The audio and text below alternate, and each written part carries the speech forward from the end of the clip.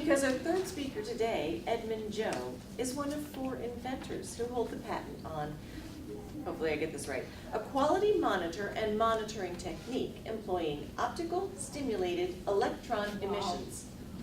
What a mouthful. How very cool. Happily for us, the audience he's targeting today is much broad, less technical, much more likely to be a warm fuzzy connection. We're thinking it could be historical societies or just people in general interested in Americana. Please join me in welcoming Edmond Joe to the front of the room to offer his speech, recognized by all Americans.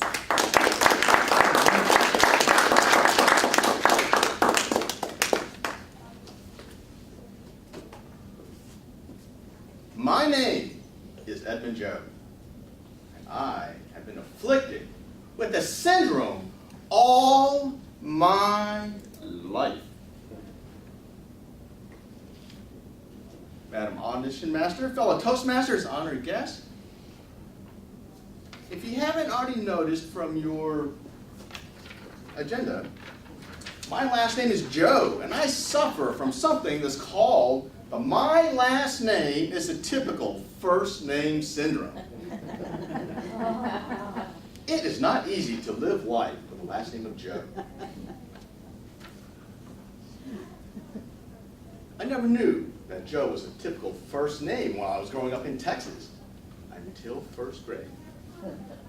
My teacher, Mrs. Park, handed each student a 3x5 card with some very specific instructions to write your last name first and your first name last. I followed directions. In my best first grade handwriting, I did write my last name first, my first name last. I proudly handed it back to Mrs. Park. After all the cards were collected, Mrs. Park announces to the class, "There is one student who did not follow instructions. Joe Edmond, please come up to the front of the class."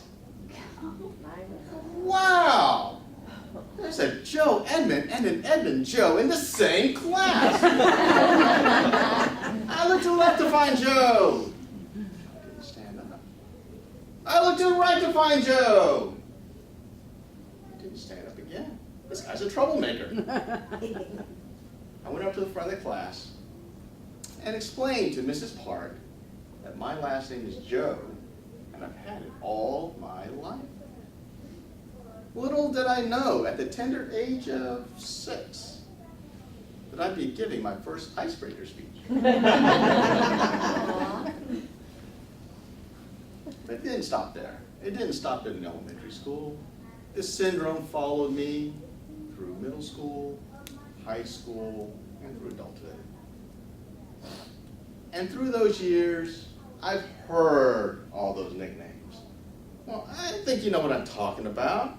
There's G.I. Joe, Regular Joe, Cup of Joe, and even Sloppy Joe. I like that one. I've never heard that one before. But even in through adulthood, when my wife and I had received the most wonderful news that we would be raising a family. And for those that are parents out there, I think you can know what I'm talking about when you hear that first time that you're going to be parents. But then it hit me. This syndrome was going to be passed on to another generation. We had to throw out some perfectly good first names. We couldn't use Mary Jo or Betty Jo or Josephine Jo. If the baby was going to be a boy, we couldn't use Bobby Joe or Billy Joe, and definitely not Joey Joe.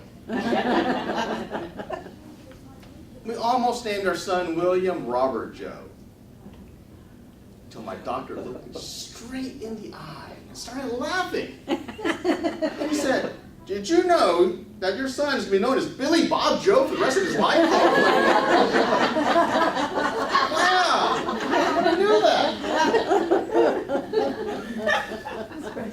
In Chinese, my last name is really pronounced Zhao.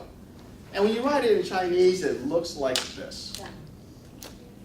And when my grandfather came to the United States from China almost 90 years ago, one of his first tasks was to translate something written like this to something that can be written with English letters.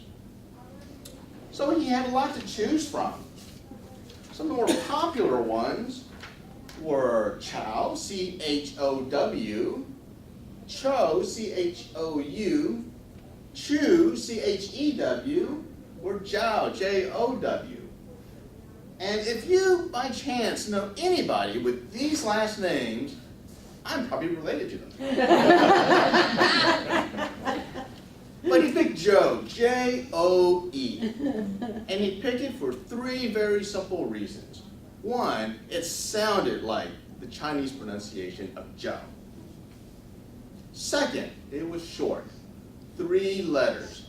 My grandfather did not know any English, did not know how to write any English. And for him, a short last name is a good last name. And last but not least, he picked Joe, J-O-W, J-O-E, because he knew that Joe would be recognized by all Americans. So there you have it. My last name is Joe, and I've had it all my life. And just for the record, we changed our son's name to Kyle Thomas Joe.